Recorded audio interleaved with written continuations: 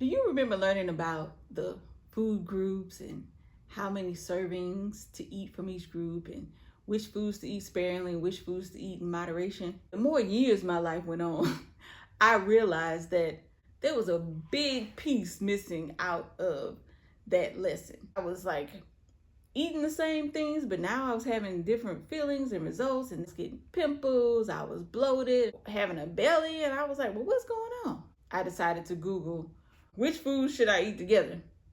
Food combining pops up. The piece that was missing was the principles of food combining. Food combining is when we eat for optimal digestion. I start reading.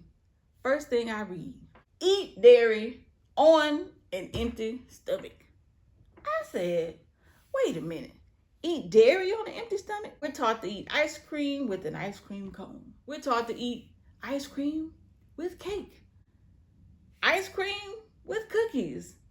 Ice cream with pie. You can't have it without a little ice cream. Then I saw eat fruit.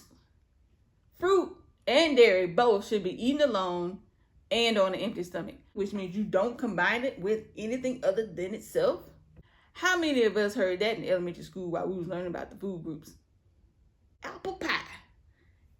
That is not apple eaten alone. It's apples with grains. All pies that are fruit pies.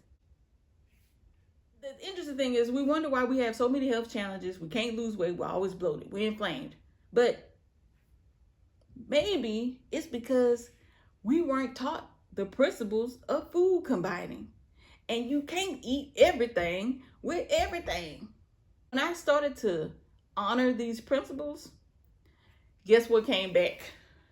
My energy. 80% of the time, I'm eating foods that are actually digestively compatible. These are the two I'm going to talk about today. Dairy and fruit. Those two right there, that can change your life. Because how many of us have fruit on top of our oatmeal? A cheeseburger. Do your best to eat dairy and fruit on an empty stomach. Dairy with dairy and fruit with fruit.